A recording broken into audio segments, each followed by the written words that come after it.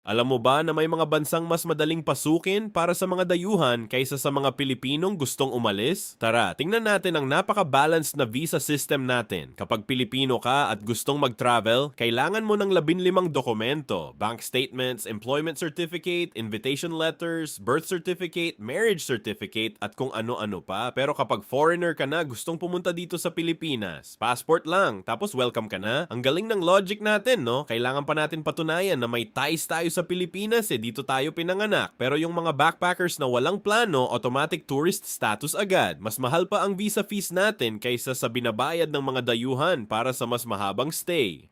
Yung mga bansang nag-require ng maraming requirements sa atin, sila visa-free access dito. Ang saya ng reciprocity. Kaya next time na makita ninyo ang embassy na tratuhin ang Pilipino na parang criminal habang niyayakap ang mga foreign visitors, remember lang na perfectly balanced ang system natin. Mas mahirap umalis kaysa pumasok.